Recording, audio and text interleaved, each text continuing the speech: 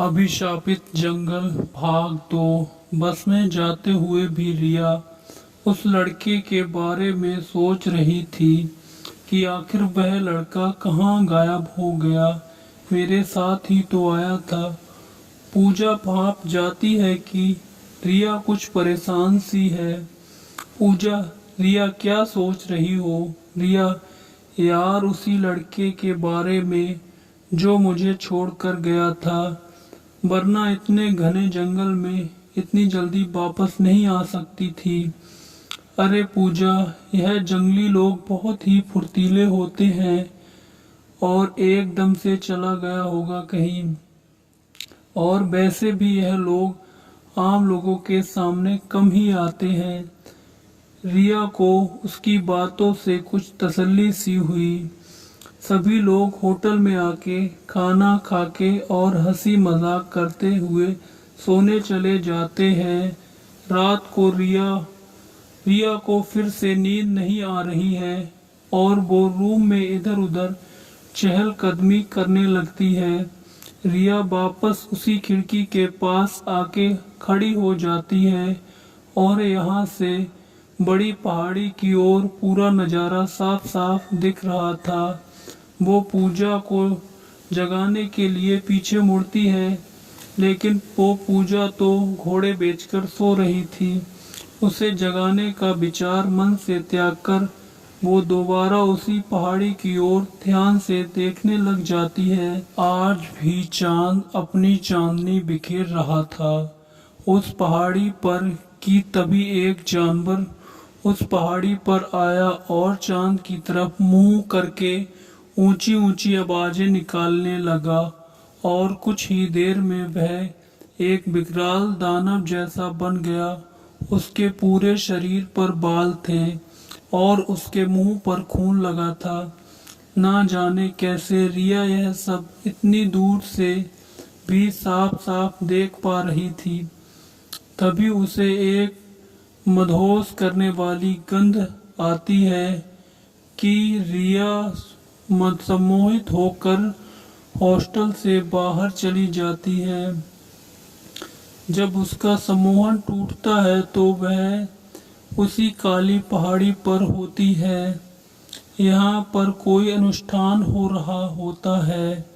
लोग आग जलाकर अजीब सी भाषा में कुछ बुदबुदा रहे थे और आग के इर्द गिर्द चक्कर लगा रहे थे।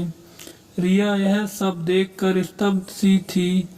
वो यह सब कुछ छुपकर देखना शुरू कर देती है कि तभी वो सब लोग चांद की तरफ मुंह करके ऊंची ऊंची आवाजें निकालना शुरू कर देते हैं और देखते ही देखते वे सब एक भयानक भेड़िए जैसे दिखने वाले दानव में बदल जाते हैं।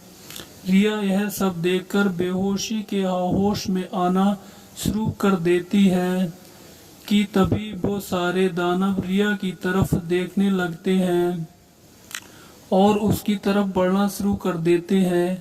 रिया यह सब देखकर आंखें बंद कर लेती है कि तभी शोर शुरू हो जाता है। वह आंखें खोलकर देखती है तो एक बहुत बड़ा दानव और एक हट्टा कट्टा सा भूरा दानव वहां आकर बाकी दानवों से लड़ता है। इसी के साथ वह दानव भी जख्मी हो जाता है, पर फिर भी वो किसी को रिया को हाथ नहीं लगाने देता है। एक एक करके सभी दानव वहां से गायब हो जाते हैं और अंत में वह दानव भी गायब हो जाता है। रिया वापस जाने लगती है। तभी वही लड़का जिसने रिया की मदद की थी पीछे से आवाज लगाता है। रिया आवाज सुनकर चौंक जाती है और पीछे देखती है। वही लड़का खड़ा होता है जिसने उसे उस दिन जंगल पार करवाया था। लड़का, यहाँ क्या कर रही हो? यहाँ जंगल खतरे से खाली नहीं है, तुम्हें वापस जाना चाहिए। रिया, मुझे नहीं पता मैं यहाँ कैसे आई, वापस जाने का रास्ता भी मालूम नहीं। लड़का, घबराओ नहीं, मैं तुम्हें पहुँचा दूंगा। अपनी आंखें बंद करो। रिया आंखें बंद कर लेती है और जब आंखें खोलती है तो वो अपने होटल में होती है और वह लड़का कहीं भी आसपास नहीं होता है। रिया के दिमाग पर अब भी वही डर हावी था और वह सीधे जाकर बिस्तर पर लेट जाती है। सुबह होती है। पूजा, रिया आज तो जल्दी उठ जाओ यार, हमें बाहर आए हुए हैं ट्रिप के लिए। रिया कुछ नहीं बोलती। पूजा उसे हाथ लगा के देखती है और वह बहुत तेज बुखार में तप रही होती है। पूजा तुरंत जाके अपने प्रोफेसर को तबीयत के बारे में बताती है और वो लोग उसे दवाइयाँ देकर चले जाते हैं। पूजा रिया के साथ रुकना चाहती थी, लेकिन पूजा ने उसे जाने के लिए कह दिया।